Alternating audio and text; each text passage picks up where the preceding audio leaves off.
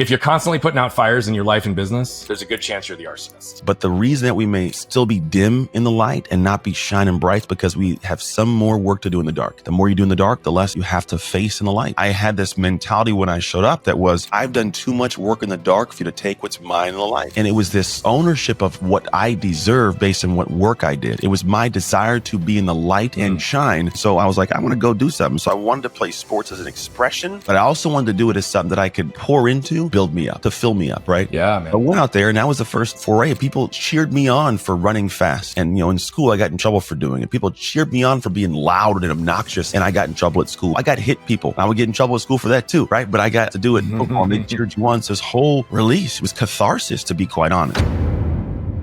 All right, everybody. Welcome back to another episode of Flipping the Lid. I am really excited for our guest today. I can say that about a lot of different people, but this one has a little bit different impact. Anthony Trucks was one of the very first people I met when I decided to leave risk management, employee benefits consulting, and go full time into my coaching and speaking work. We got connected, we recorded a podcast, and then we ultimately started sharing some stages together. And there's just been a brotherhood and a connection from the very first phone call I had with him on my back porch, maybe 2.5 or 3 years ago. And so on this show, we'd like to flip the lid and really take a look inside the stories that have shaped some of the most significant and successful people who are having impact in this world. And this man is setting impact at a level that many, many people are striving to even reach. And he's just beginning. He's humble. He's got a story that truly has so much depth of power in it. And he's been unpacking and identifying trash from his past for years and taking it out. And as he's done that, he's able to really help himself and guide his clients really shift into the identities and make the shifts in their lives that they need to be able to perform. We're going to dig into some of the unique stories, but NFL professional football player, American Ninja Warrior, like you name it, this guy's been in so many different areas of high performance, and he teaches others how to do the same. He brings others into the world to share their messages. And what I have to say about this man is, outside of anything that he does, who he is what's most special to me. He's got a heart of gold. And when he's in the presence of people, he is active and present in the moment because he knows that that's his opportunity to have impact. That's where his focus is. And he always delivers. Anthony Trucks, brother, welcome to the show, man. Hey, yo. Excited to be here too, man. First podcast of the day. I get to hang out with my man B. What's up? Dude, I was having a fun time right before we hit record catching up because it's been a minute since we got together and chatted. So wow, you got me loose too. I'm in a good mood this month. Not that I'm in a bad mood ever usually, but I'm in a good mood, man. I'm happy to have a chat, talk, see we can land something on people's hearts today. So you guys who are here right now, lock in. We're gonna have some fun, people.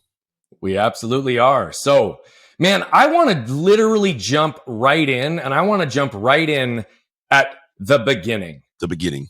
Okay. You were someone who came up in foster care. Yeah. You were someone who was the only person who looked like you in your family. Mm-hmm. Brother man, give me some dynamics on your early years and some of those foundational moments that shaped you. Yeah. Well, what I do realize is that I'm one unique human in a plethora of humans, billions, right? But we do have shared experiences, shared emotions. And so the emotions I experienced early on are the ones that are most important for me to make sure people lock onto. My experience is different than the emotion, right? So the emotion for me, I didn't feel like I mattered. I didn't feel like I fit in. I didn't feel like I had a place. I didn't feel like I was worthy, right? I wasn't good enough, genuinely feeling. And that was, for me, experientially brought in from my mom giving me away at 3 years old and my 3 siblings as well, going into foster care, being beaten, being starved, being tortured, landing in a family where I didn't really fit because I was the only black person in an all white, very poor family. Wasn't, the kid that, was nice in school, always in trouble, teachers always yelling at me, but very bright. I was an intelligent human, but I use it for all the wrong things. And so for me, the thing I want people to realize is at some point in time, you have all at some point felt like you didn't matter, felt like you were less than, felt like you didn't fit. I felt that in the very beginning. Doesn't mean I'm great. It just means that I got ahead of the curve of hardships, that was all it was. And it taught me a lot at a young age that has allowed me to compound that in a positive way. Because a lot of people do negative with it. A lot of people in foster care end up in prison, end up homeless, end up, not getting any education. But I was one of the ones that I thankfully broke free from that craziness. And it allowed me to utilize those experiences in a positive way to share. So the emotions that I have felt are ones that everyone has felt at some point in time. I just got a little bit of a jump start, but not in the greatest of ways. Mm. So you said something really interesting, and I want to understand a little bit better. You said my emotions are independent of my experience. They are. Well, because the experience is the thing that for some people, so say, for example, somebody cuts you off in traffic. Our experience, if you're in the same car as me, your experience sitting right next to me could be this horrible human. How could they do this to me? You disrespect me. You cut me off like, right. But my experience might be, man, that person might have an emergency they're getting to because their wife's pregnant or their kid just felt like. So it's simply saying that the experience does not lead to the emotion of what the thing is. However, the emotion drives my actions that take place. And so Mm. when I look at how we are living our lives, we're emotional beings. If I'm happy, I'm in a good mood coming here, right? Yeah. If I was in a funky mood, I'd be like, Brian, man, yeah, I was 3 years old. This took place. Like it's a whole Yeah. different thing, right? Based Yeah. on my emotion. And so for me, I just simply say, look, my experience was one thing. The emotion is different because also it's relative. Something that could have been your experience that shut you down, I could look at it and go, well, that's nothing big, right? It Yeah. doesn't mean that there's any good or wrong or good or bad or wrong or right. It's just a matter of the experience emotionally was different for me. Yeah. I like how you talk about that, brother. And I want to ask one more question around that because I just think it's really beautiful the way that you are talking about the dynamic between experience and emotion, right? As you know, we work in the world of emotion to really help people understand what they are, align their narratives, because often our perspective is what shapes our narratives, which then either compounds the feeling that we have or the feeling we have creates the narratives. It can be one or the other. Yeah. And so you're talking about this through the lens of like, oh yeah, the perspective, it might not be something that's hard for me, even if it's hard for you. So that's relative, which we all agree with. And I think pain is relative too, right? It's only, you can only be measured independent of the person experiencing it. Yeah, you can. And so when we think about that, if our perspective either shapes our emotion or our emotion shapes our perspective, which one do you typically feel first? And how have you been able to balance and regulate between that as real time as possible? Because that's how you escape it, right? Yeah. Well, I think it changes over time. For me, it was always an emotional thing. I felt this pain. I felt this issue of what was going on, and that dynamic of the pain I had was the thing that for me was the most important, most pertinent thing I was in front of. So I had this pain. I felt this pain. Oh my gosh, this sucks. And so then I would be finding ways to remove myself from the pain. Right? It's like this electric fence concept. There's an electric fence. The second I feel it, let me get off the fence. And then here's the problem: if you are only only operating off how you feel pain, it's kind of like being in a field with an electric fence and it's pitch black outside. All you'll do is run into another fence at some point in time because your only thing is like, how do I get from the pain right now? So you step off of it, you keep wandering. Sure enough, you'll find it again. At a certain point in time, you start having perspective on the pain. You go, you know what? The reason I keep feeling this pain is because I'm walking around blind in this field and inevitably I'm going to hit another fence. What if I get a flashlight? What if I get a handful of rocks and throw rocks and find, perspective becomes your thing you proceed with. Because now when I have perspective and I look at things, I go, well, you know what? That might hurt me over there. I'm going to avoid that. Or you go, why did I get in this pain? Why did I feel this right here? And I go, that's why. It was my fault. The reason my family fell apart was because I wasn't present or I wasn't loving or I wasn't compassionate. The reason that I'm not doing well in the sport of football is because I'm being lazy or I'm not shown to practice. So when you change the perspective, the experience changes. And then the pain can disappear at times. What might have caused you pain of embarrassment or anguish, you go, you know what? I'm not the best singer. So why would I feel bad for singing a bad note? Perspectively, I did the best I could. I felt good singing in the shower. Yeah. Life goes on. So it's just a matter of Yeah. figuring out which one you're operating from. I really like the analogy you gave with the electric fence. I'm curious, when did you find your flashlight and your bag of rocks and decide that it was time to move forward between that perspective? Maybe like 33, 32, 33. Yeah, brother. Yeah, man. That's about when it hit me too. I mean, like the real one hit about that age, right? You have other ones. I mean, there's some that, the minuscule ones, but the ones that allow you to live a life. Like when I say life collectively, I have kids, I have a wife, I have a business, and all those things, they seem to compete with each other, and they don't if you understand how to navigate the harmony of all of them. It took me a lot of years to understand that there was this kind of pain I was feeling, and I was like, well, I just got to work to pay the bills. You don't get it. And then like, if I'm with you and not working, we don't have money to pay the bill. And like, this is back and forth. Like, I can't be at all the games and coach because I got work to do. Like you throw it out there and you keep experiencing the pain of the arguments and the conversations and the less than the guilt from not being present. And after a while you go, oh, well, it's probably mostly because I'm just not doing this properly. And so when you step back and you wake up, you go, oh, like I just maybe need to not connect so much of my, we'll call it addiction or obsession or passion to this thing. And maybe I'm passionate about the marriage, maybe get passionate about the kids, maybe get passionate about other things. And that one doesn't diminish in passion, but when you add and make other things something of more passion to you, all of it evens out, as opposed to trying to find a way to make everything around you hold up the singular passion. Yeah.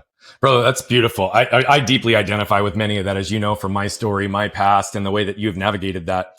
33, 32, I love that. We're going to come back there in a minute. But you obviously grew up, you were adopted, you were with a family. At what point did you get connected to sports and identifying your athleticism and ability to move physically?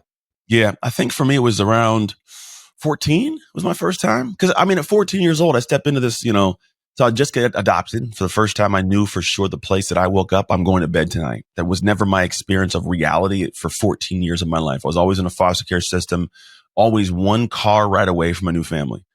And so one point I got adopted. I go, man, this is great. And I go, well, I want to go do something. And I think part of it was I wanted to feel a sense of self-worth.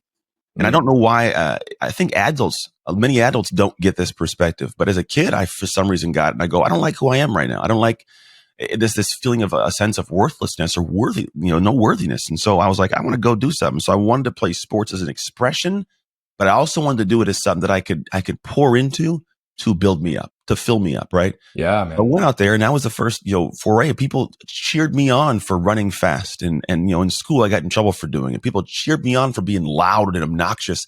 And I got in trouble at school. I got hit people and I would get in trouble at school for that too. Right. But I got to do it in football and they cheered you on. So this whole release, it was catharsis, to be quite honest. Now, there's a difference between you expressing and you being good at something though. I was expressing, like I could sit here and sing all I want, but you may not want to buy my album, right? There's the expression of it all, but I was bad at football. And so it's also met with what we also feel a lot of the times is I'm doing this thing and I'm loving it, right? But then people aren't loving what I'm doing. And that becomes an interesting thing because now you butt up to the wall of where we all exist, which is in society. And a lack of acceptance causes a ton of pain as humans. So for me, I had this also pain of, man, I'm not good at this. And that started trumping my joy for expression. So at some point I go, as much as I love this, you know what? I don't think it's the time for me to do this. I'm going to back out because I don't feel the joy of this. And so I'm just going to step away. And I stepped away. And so what happened as I stepped away from doing everything, I got to this point of like realizing, man, I love this, but you know what? I'm going to find some other thing to do. And I gave myself a really good excuse to quit this thing I was really falling in love with. And I did for a couple of years. And I finally woke up, a few years later and go, no. That's not the path for me. I love this thing. The excuse of why I'm not doing it is simply because I'm not good at it, not because I can't get good at it. And so I leaned back in at a certain point. But my first foray with, we'll call it feeling the journey of expression of my physical nature in the world was football. And it was a very interesting relationship that taught me a lot over the years. That's, you really well articulated what so many people who've suffered with self-worth, shame, lack of connection, right? There's this pattern of seeking validation and connection through performance, through praise, through feedback, right? And so many people in sports or business have that as a primary driver. And it makes sense why, right? We all seek connection. We all want to be seen and understood. And to your point, like that's what we're after. That also can start to feel really empty, and your ability to put yourself in a place to be aware and see some of those differences relatively early, realizing that when we're butting up against that wall, as you call it, it's no longer in alignment for you and you can shift your focus. Yeah. You really do have a beautiful, clear perspective on the priorities in your life, on what the harmony and cadence and rhythm of your life looks like. And one of the things I've respected about you for a very long time, in fact, I sent you a voice note a couple of weeks ago just because it hit me one morning and I really wanted to just honor one thing that you'd said to me. We were together speaking at an event when you said this, and you just said something so profound. I'm in the season of dad. Yeah. What does that mean to you? Well, we all have seasons. We all hear about the seasons. Fact. And I think we all think about the current season and we don't think about the future season. And I had this person I had on my podcast years ago and he goes, "We got 18 summers." I go, "What are you talking about?" You had 18 summers, your kids are gone. My oldest is in college right now. And I love him to death, but it's funky, dude. He's not in my house anymore. Like he's off in college, living his life and living his own life. And it's cool. And I'll see him a lot over the years, but nothing like how he's been here every day, every morning, every night, every weekend. It's just different. And so you got 18 summers. And so he goes, you got to make sure you're planning. And I had this thought of like holidays. I had a friend that was, I watched her name was Phoebe. Her name is Phoebe Morochek. And whenever she talks about her going home for her holidays, it lit me up one day talking to her. She's like, she looked forward to going home with her brothers and her parents. They had fun. Like it was this whole thing. And I go, man, I want my kids to come home for the holidays, to not even just come home, but to want to come home for the holidays. And I go, okay, great. If that's the season later on, and I'm going to have 18 summers, this season right now better be prepared to have that season later on come to pass the way I see it. And so I go, all right, how do I do that? Well, I want to make sure I'm having a relationship with my kids. So what that means is anything that I can do to be home, I'm home. Anything I can do to be present, like a suburban dad, I'm here. I train my wife's team as her strength coach for college, which is a whole other conversation. My son and daughter, they're twins. They're 13 years old. And I'm with them Monday, Wednesday, and Friday. I train them and 5 of their friends in the garage. When 3 o'clock hits, I pick my kids up. I'm dad all the rest of the day. But before that, I do this here. This is my pouring out to the world. But if I have any situation that has a work versus family versus dad, it is the season of dad that takes priority. And so I commit to that season with my actions. Whereas in the past, I'd go, yeah, I love my family, but then I'm gone all day long. Or any trip I can take, I'm gone. Anywhere I can be, I'm gone. And I'm never really with my family. Yeah. So action wise, you can't look at that life and go, yeah, he cares about his family more than his work. No, literally looking at paper and where my life was physically placing me, you could tell this dude cares about work more than family. So I switched it. And when I did switch it, interestingly, I have more fulfillment in life, which means that when I'm with my family, I'm present. Yeah. And then I'm filled up when I'm with my family. Yeah. And when I come to work, I'm more effective and efficient with my work. So I get more done. I make more revenue. I make more impact, which fuels me up to have free time to spend more with the family. It's an amazing positive cycle. But I had to break the cycle of feeling addicted to work and pacifying the family. Yeah. I'd so deeply resonate with that as well. And I've said for a long time that the only thing binary in my world is my wife and kids. But it was as little as just about 24 months ago that I was sitting across the patio from my wife and thought there's a chance I might not be married for another month. Yeah.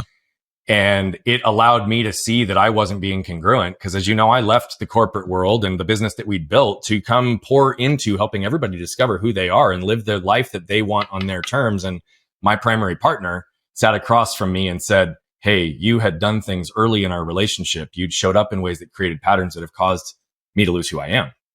Right. And it was impossible for me to not look inward at that moment. And my wife and I have been together for 16 years. Mm-hmm. You and your wife have a really incredible story. And this harmony that you've built wasn't necessarily always the truth that you had in your home. Mm-hmm. And you guys have been through some shit, brother. And you guys truly inspire me because of the example you set for grace, forgiveness, love, compassion, communication, and really working through stuff that honestly separates so many people forever and creates ripples effect of damage in families. Do you mind giving us a little bit of perspective on those dynamics? And then, man, I want to shift into some of the professional stuff and the things that you're doing, because you always do stuff at a big level, and I want the world to know how you're helping them. What I'm doing in the world. Yeah, man. The marriage was, it was young. We were, 20, might have been 22, 3, something like that in that window. No, we were 24. We were 24 years old. I remember that. We got married in Hawaii right before the NFL, went to the NFL. Oddly enough, when I was away with the, NFL stuff, the marriage was good. It wasn't until I got home that all kind of hell broke loose. There was a kind of a connection of issues, of multiple different. One for me was I had this thing where I lost a game of football when I came home from the NFL and had to find a way to build myself back up. So I figured I'm going to build this in a gym business. My degree's in kinesiology. Who doesn't want to train with a former NFL athlete from his hometown? Who looks like Adonis? Yeah, nobody. I've shared a room with this guy before when he was doing 75 hard. Dude's like, he looks like a professional athlete. I just want everybody to tell you that. Well, I was a professional athlete, dog. Shoot. I know. I'm saying it's impressive, bro. I'm old now. My back hurts, so I stand up, man. But no, I did all that, and then I came home and lost myself in that whole rigmarole and neglected the family. We had 2 more kids. My wife's at home with newborn twins and a 4-year-old at one point. It's just, it wasn't conducive to having a solid marriage. And so it ended up to the point where just everything started falling apart. She was also curious in a way of like, is this what my life's going to be like? Is this the only guy I'm going to have the rest of my life? And we were young and dumb. And so, she decided that she wanted to do some things to fulfill her needs.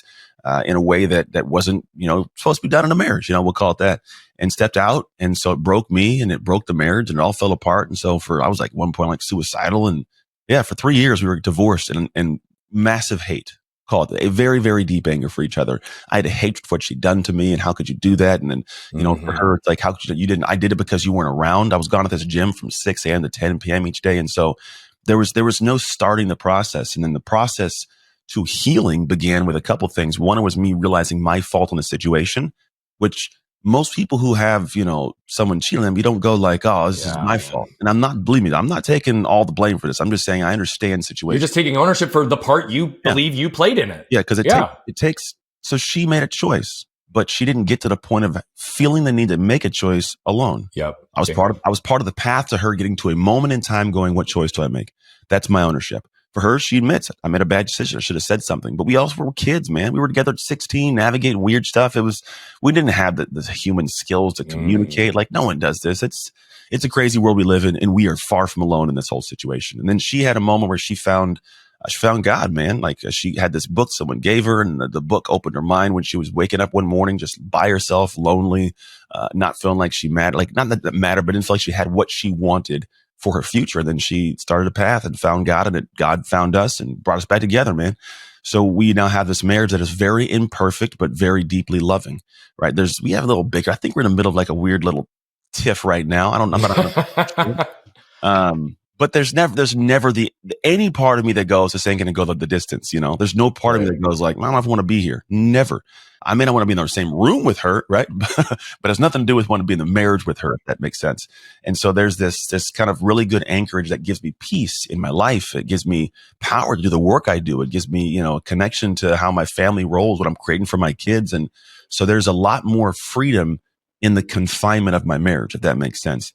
And so for that, like, that's what I have a huge blessing and appreciation around. And I do not want to ruin that. So season of dad is what allows me to be present. It could also just be called the same thing, season of husband. It's all tied together. It's just not the season of do crazy stuff and work. Yeah. Well, I'm always appreciative of the fact that you have no problem getting in front of a room and sharing from a position of vulnerability some of the darkest moments in your life and some of the more difficult struggles that you've gone through. You help people identify and understand that the emotions that they're feeling in moments are not necessarily unique to them, but they have to seek perspective. Yeah. What's interesting, you did write down one thing on an intake form that I really want to ask a question on. Okay. Because it's right on the tail end of this. Like, you live in a place that I've witnessed vulnerability and authenticity just stand in front of a room and be completely open. Mm-hmm. But you said that one of the interesting things about you is that you don't like people knowing who you are when you're at home. What does that mean to you? And what's that dynamic and difference between being able to share so openly and not necessarily wanting people to know who you are at home? Oh, I do remember. I was like, did I write that? I swear. I was like, am I reading the right form here? Jeez.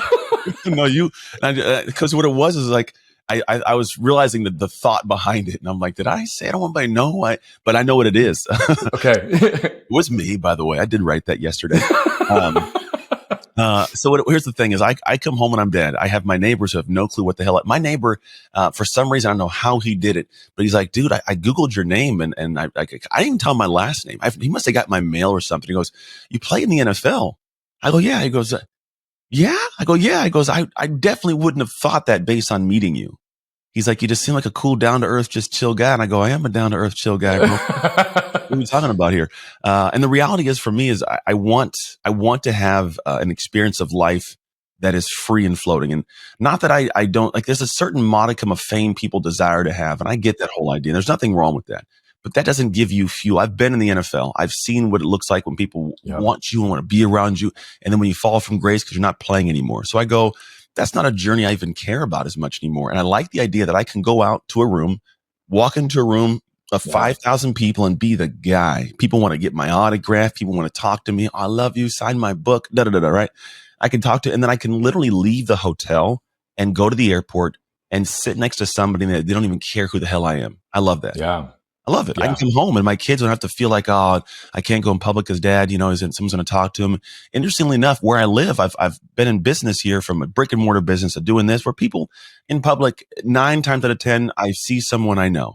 it's not a craziness thing, but like there's not this facade of this. He is Right. this guy that gets on stage with Tony Robbins and you know all these different amazing humans, and he's shared a stage with like Rob Lowe and E.T. and all that. You know, it's just like I'm a dude, and I'm cool being a Yeah. dude, and I Yeah. prefer that. I think there's a human aspect to it where I realized a while ago that you can shoot to be the biggest person in your room, and the biggest person, whatever the stage of industry you're in, but then there are a million different rooms in different industries.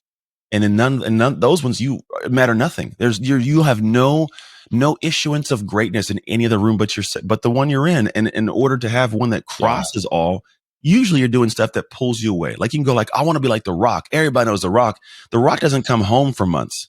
Yeah, he That's doesn't. the life I want to live, right? It's just not. It's not. You know, they may film a movie and be gone for 6 months. It's not the life I want to live right now. And so for Yep. me, I like coming home and no one knows who in the world I am, and I get to live my life like a regular dude. That's totally cool for me, and I appreciate that. Yeah, I love I love that. I also love that you're like, wait, did I write that? I forgot That to. was beautiful. But I can attest to it, and that's what I said in the very beginning, brother. Like you have a humility about you that I just really appreciate. Right? You're also somebody that wants to pull people along with you. I will tell you, and I have to say it here on our show so that everybody knows, bro. You've shown up for me more than one time. You've shared willingly contacts, resources, things that you've done to improve your ability to improve your business with copywriting and understanding how to actually navigate a process to guide people into your world effectively, right? You've been very generous in so many things. And one of the things that I've really respected about you is not just the humility and your willingness to share, particularly where you implement, especially with the people that I know you run with in many cases, right? You are just so gracious with it.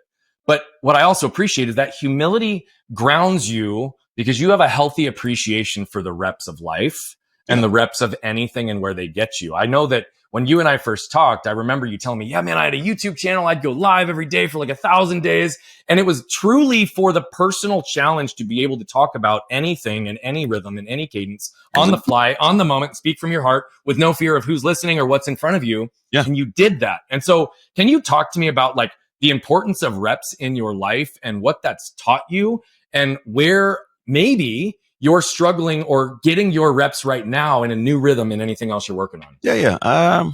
There's just, I think life is the now, you know, and it's hard because I read things, I see things and people say stuff and I go, oh, I get that. And I move on with life. And it's like 6 years later, I go, oh no, wow, I really get that. I really understand like the depth. I connected. I stopped and paused and let that things, you know, to the sponge absorb it, so to speak. And so I started for some reason the last few like months looking at life and realizing there's a great memories I have. I have phenomenal memories and I have a lot of plans, right? But really like the only thing I'm presently with is the present. 100%. I'm just here right now. I'm here right now, right? Like this is where I'm at. And so when I realized that, I go, all these things we're trying to do to create this excitement for a future point. It's like, that's not really life. Life literally for me sometimes I'm just sitting here on my couch watching a show, my wife and my kids. Like that is actually life. And so that kind of perspective has given me this idea of like, well, I should better find a way to enjoy the reps of just doing things. And so I enjoy the time with my kids. I enjoy the time with my wife. I'm not doing it just to get to the next moment in time. I literally just here right now. And so with that kind of mentality, it's like you have an appreciation for what you choose to subject yourself to. And so whether it's the time spent there, but also I do know that I can enjoy this as it prepares me for that. And I can also appreciate this that prepares me for that. By appreciation, I mean, I might not like it, but I know it's going to help me there. So if I have an appreciation for it, not dislike it and hate it, I got to do this right now, right? Yeah. I have appreciation for this. Again, it's an enjoyment of the present moment that then when I get to the next moments, because I know I'll be present in those ones too, I don't want to show up to those broke or in frustration or angry either, right? So I do know what I do now affects that. So that kind of cycle of all that merged into one, we'll call a big lump of thought process or presence of mind, like that allows me to kind of operate a certain way. And so as I think through that in present time, I'm going, all right, how do I appreciate the now and prepare for the later? And that's all together the same dance. And so like the things I'm working on, like I have a few things I'm working on. And as I work on them, again, I'm appreciating the now. Like the last couple of days I told you, like they've been heavy. I don't know why, but last few days I've had a whole bunch of weird little things kind of unlatch in the business. And I don't like loose. I don't like things that are, I know you don't. kind of, you know, and so as they unlatched, I was like, every one gave me this thing I'm holding it. and I can hold a lot, but I don't like to hold it forever, and eventually my hands get tired. And when I get tired, I don't get like freak out. I get quietly crazy. Like my internals, like I get calm and I get quiet and I settle myself because I don't have extra energy to even go out. And so in that process, I've found like, all right, I gotta handle this. I can't not handle this because then it's going to mess up the future. It's an appreciation. I go, well, it's a good problem to have.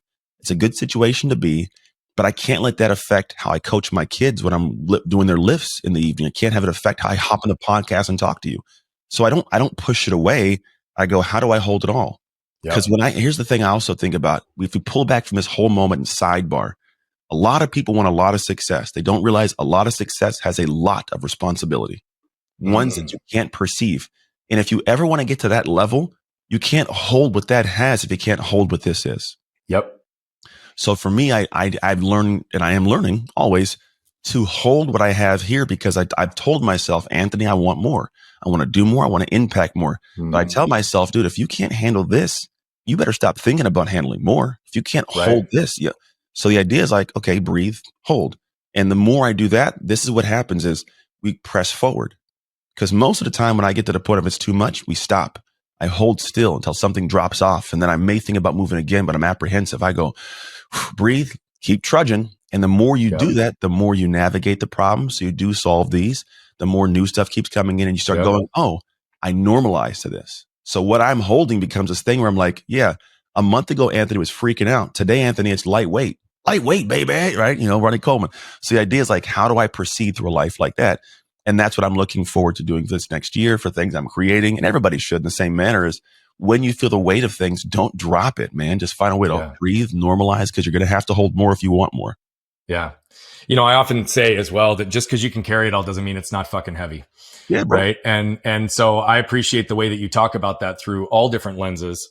What you talked about with some of the business pieces early on, I was going to share with you a quote from someone that I've gotten to know, Alex Sharfin, one of my favorites, by the way. And this isn't to reflect a mirror back to you. It's just that I know that this is how you operate. So to me, this is how I know you've already shifted into it. If you're constantly putting out fires in your life and business, there's a good chance you're the arsonist. Oh, yeah. Right? We've also said everything begins and ends with you. It all flows through you. But like to the concept of you even said, yeah, there's a couple little fires I'm putting out in my business right now. I'm like, yeah, dude, every time I put out a fire, I typically started it. Right, and in some form or fashion. And you talked about doing that in your marriage. You've talked about doing that in life. And you talked about really being able to just shift into the reps of life to experience the now. I love how you're doing that. And I love the way that you've done it. I do have to ask you, what's your deal with honey, bro? What's your deal with honey? Bro. So here's the thing. This one movie, for some reason, they decided to find a way to put this on film, and it makes my balls tickle, bro. Here's what happens. The thought of somebody pouring honey, because like if you pour water on my face, I can swallow it, I can breathe through it. Yeah. Honey, though, if my face was covered in honey, I'm gonna suffocate sweetness, like the sweetest death. But the thought of it freaks me out. And then there's this movie called The Infinite, and it has, I want to say, Mark Wahlberg in it. And for some reason, these guys, they tie this dude to a chair. And this is, I've had this phobia for years, by the way, but it just showed up in this movie in the weirdest way. And sure enough, bro, they're pouring honey in this guy's face. What? I swear to you, man. So kind of like waterboarding, but with just a heavier substance, huh? I swear, because I've talked about this publicly. I've said this on like TV shows I've been on, and I'm wondering if quite possibly somebody who created that moment was like, I saw this guy, Anthony Trucks, and he said this thing. It's very feasible. It is because I have never met another person in my life who has that fear. I haven't either, which is why I had to ask about that, bro. I was like, what do you mean? So my question is, if you're afraid of it on your face, do you consume honey? Oh yeah, man, I'll eat honey, just not. Okay, so you're not terrified of honey itself. It's just if your whole face is covered by it. Yeah. If I woke up, somebody was like pouring it on my face, I'd have a heart attack. I'd die of a heart attack before I die of the honey. I actually feel like I can identify with that fear. I feel like that would not be something that would be a comfortable thing to sit through. I've just literally never had that cross my mind before, bro. And so I had to bring that up. The other thing that I really wanted to ask, you've never had a cup of coffee, bro? No, man, I'm drinking tea, bro. I drink tea every day. I got a whole bunch of teas. I got some cinnamon teas. I got some oolong tea, 8 Immortals. I got rising chai. I got morning stuff. I got a little cast iron tea set. Never had a cup of coffee, dude. I've always been a tea guy.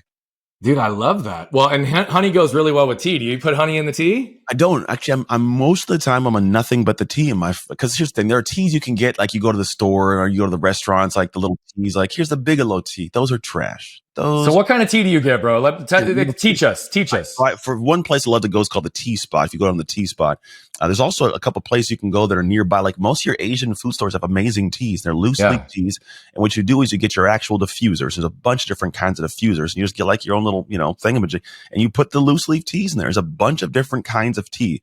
The Tea Spot has connected a good base of like, regular old school kind of, we'll call it teas, and like the modern way of delivery. So they come in sachets and full bags of loose leaf.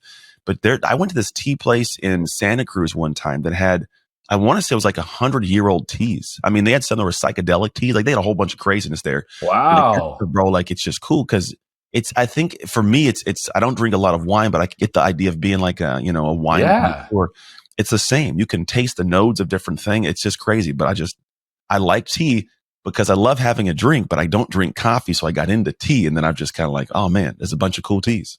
Hot or cold, bro? Hot.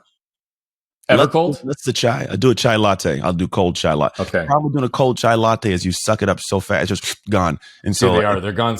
They're so fast. Quick, right? So I'm a hot tea guy because it makes you sip it. I love it, brother. So I didn't realize you were so deep on tea. So I think the next time we're together, I think we probably need to go find a tea spot or something, and you can walk me through the process, brother, because I love tea, but I admittedly, I'm like a Trader Joe's kind of tea guy. I'm going to go get what I can get there and grab whatever exists. But I mean, you're like the Samyang Lei of, or however you say that, of teas, bro. You're like, I'm not that crazy, but there are some guys, and I've done some cool, like you do these little, you like little rituals with it. Like you go to the place, they have this little Buddha on the table, and like you put it, you diffuse it. It's a little cup of tea, by the way. And like you pour the first batch over the Buddha, and every time you do, you pour over the Buddha, and it goes in the little tray. Beautiful. It's like most of these. It's an experience. Yeah, they are. And a lot of them are digital detox. You leave your phone at the door. There's no phones in here. Beautiful. You come in, you just reserve a table, you choose some teas, you sit there with people and talk and it's just pretty cool, man. It's a relaxing kind of spot. Dude, I love it. So you, my friend, are very humble. You talk about all of this success, the standing in the spotlights, the number of people that you talk in front of. Like, bro, and I don't mean that in any way other than to completely honor who you are. Like, it's amazing what you do. You and everybody, I can verify, he speaks to companies like T-Mobile. He's running with Brendan Burchard, Mel Robbins, Lewis Howes, all these folks. He's been on stage with Tony Robbins. Anthony Trucks is hands down one of the top speakers in the world. I've shared a stage with him. It's been an honor to, because watching him work is just beautiful. And, one of the shortest ways to get where you want is to find somebody who's been there before you and learn from them. What have they done? What have they learned? How have they shortened the curve? And, you're doing two really important things, both today and into the future, but you've been helping people successfully shift in their lives and move into the identity. And you're helping a lot of speakers better understand how to reach more people with their message and get it out there. So can you talk a little bit about how you help people shift their identities into the right places and then own it in a place that they can deliver it from stage? Yeah, there's two sides of that coin. So I'll start with one side. The stage thing, this will make sense why I do it this way. The stage thing is something where I've found that if you have something to share, right, no matter what it is, it's always better to do it in front of as many eyes as possible, right? If I'm doing one-to-one, I can only reach so many people. One-to-many, opposite's helpful. And that's a skill set, right? There's a skill set you must develop. And I found the best way to develop the skill set is to be in the motion of doing it. Whereas most people go, I want to get great as a speaker, and then I'll do more speaking. Like, that's not how it works, man. You have to shoot some bows and arrows. Reps of life, right? So, but most people aren't good at getting on stages. So for me, I've learned a weird, like just out of sheer necessity, a phenomenal system for how I get myself presentable on stages, close deals, do a great job, and get more. It's called spin. And so in doing that, I realized that's something that I was ever teaching. People kept asking me questions. You got a speaking school? No, I don't. That's not what I just do my thing. And then I realized, like, what if I pause and listen? I did this last year, and I go, oh, you know what? There's actually a really cool thing that I do that I've never taught. Let me teach. Started teaching people. They got results with it. I'm like, sure enough, there you go. It's the age old idea and age old story of like, I do something well, let me teach it. And so in the process of doing that, I'm still speaking. And I realized, well, if I'm going to be the person that's actually out there teaching you to speak, I had better also be speaking. And so I've never slowed the process, but I realized that there is something to the identity, the shifting work, right? Because identity is this thing that runs all of us. We don't have the whole dissertation on it right now, but it's who you are when you aren't thinking about who you are. But you're always in motion. So if you weren't thinking about the motion you're in, you're not realizing that that's the thing affecting your outcomes. So if you want more, you have to become more. It's that we all know this, but it's not the intimate piece to it. And then I go, okay, well, what's sexy about that? Because that's a good topic, identity. What's the message? It's always been this makeshift happen.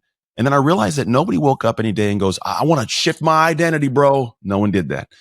And so I go, well, what's a message that latches? And I realized that there's been something hidden in my keynotes for the last, I don't know, 5-6 years. I've never actually anchored down to, which really is the pathway to the identity of something greater. Mm-hmm. So I always had this message. I talked about it now, where when I was 15, I went in and went from being horrible at the game to playing in the NFL, because at 15 years old, I did this off-season window of just this craziness of effort. And I had this mentality when I showed up that was, I've done too much work in the dark for you to take what's mine in the light. And it was this ownership of what I deserve based on what work I did. It was my desire to be in the light and shine, that when I got to those moments, and we all get those moments of like, it's hardship, all the best athletes, all the best, actors, we don't get to that moment of difficulty in we'll call it tension and go, I can do it. It's not high. It's more like I got this. I didn't know what I did way too much. And so I realized that's the path to that kind of identity. And what I call it is dark work. That's it. It's just dark work. It's the work done in the dark that lets you shine in the light. That's it. And too many people want to just shine in the light without doing dark work. And so the whole aspect of what I'm doing in the future is bringing this concept to life, both for everybody that at a broad scale gets this. They can even connect to moments when no one was watching. It wasn't accepted. It wasn't, seen. It was misunderstood, ridiculed. That stuff we did that was private. But that's what let me come to the light and go, oh no, I belong on stage. I'm going to speak. I'm a great dad. I'm a great mom, whatever it is, because of things I did that nobody saw. And that's what so many people have already done and need to do more of to get to the next level they want. So that's the future of the brand. And so we're kind of anchoring down to that. It's making sure I don't break it, making sure I'm clear with the message, because it has the longevity. I was just this last weekend in a whole retreat with the people you talked about, the Mel's, the Deans, the Brendans, the Lewis, the Trent, everybody was there. And it was the big, great conversation. I remember Ed Milet threw something in, and it was this great idea of all these people saying, this is something that has the ability to be like a $500 million company. Because it's kind of like the blue ocean concept, or like the Strengths Finder, or the entrepreneur operating system. It is so simple, but also so powerful. And all I can do is just kind of share it in a way that makes sense, but refine it, clean it up, and put it out there. Because when I do, it's the first time I feel like God has given me something really big to steward in a really good way. So as I look at the future of this, it's not breaking it, but it's still at the same core of it. It's still identity, because that identity you have in the light, it's from what you built in the dark. How could you break it? How I could break it by just throwing it out there willy-nilly and not clarifying what I mean by it, and then letting the world make sense of it on their own. And then you have millions of people making their own kind of language to it, which it's going to happen anyways. But if they go back to the hub of it, there needs to be this collective thing, because I think all messages grow when they're clear. When I can go to you and I don't even know Anthony, and I know what this message is, and I feel confident and cool, and I want to share it with somebody else. I want to pass the torch. I can break it if the torch isn't clear, if it's not understandable. So if somebody can't go, hey, I heard dark, what does that dark work thing mean? If they can't rattle it off quick, boom, I have ruined it. So for me, it's setting that out, making it clear as I progress forward with it. I love that. One of the biggest shifts that we made was because we really started working with an outside lens that was giving us perspective on what the fuck does no limits mean?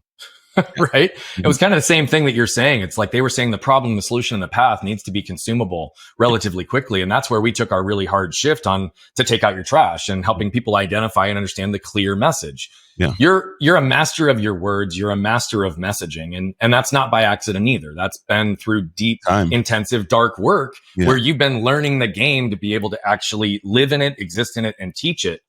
One of my favorite quotes is, people are celebrated in public for what they've practiced in private for years. And that's truly what the dark work is. Yeah. What I also want to point out, and I want to ask a question, because I don't want to put my own language to this. This is your concept. So I want to honor this. Yeah. But when I hear dark work, what's really beautiful about it for me is it's not just the dark work that helps you shine in the light when it happens, right?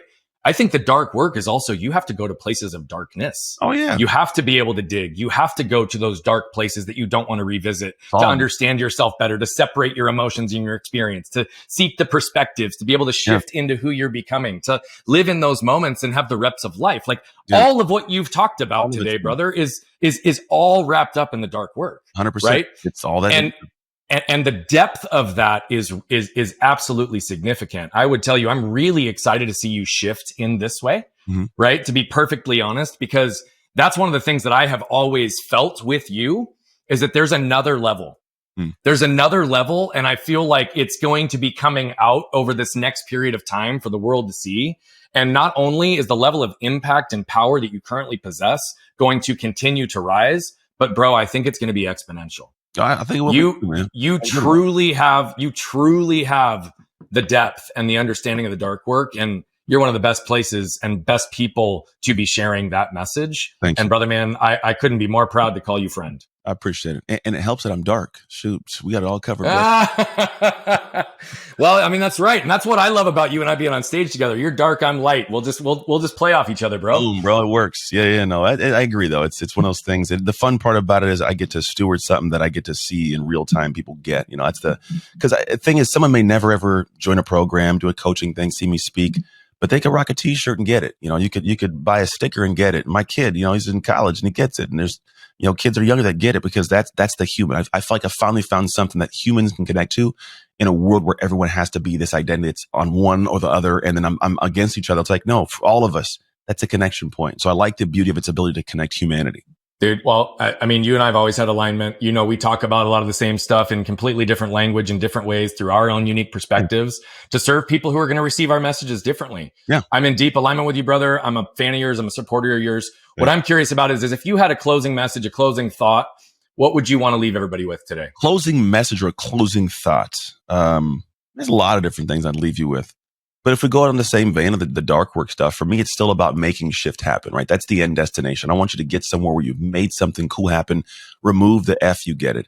But the path to getting there is not going to be you doing something with applause, you doing something with praise, you doing something people understand, you doing something without finding out the core of your humanity that you haven't wanted to face. So essentially, you got to do the dark work. You've already done it. All of us have already done some level of it.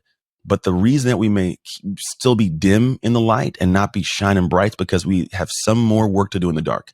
The more you do in the dark, the less you have to face in the light. Beautiful, my friend.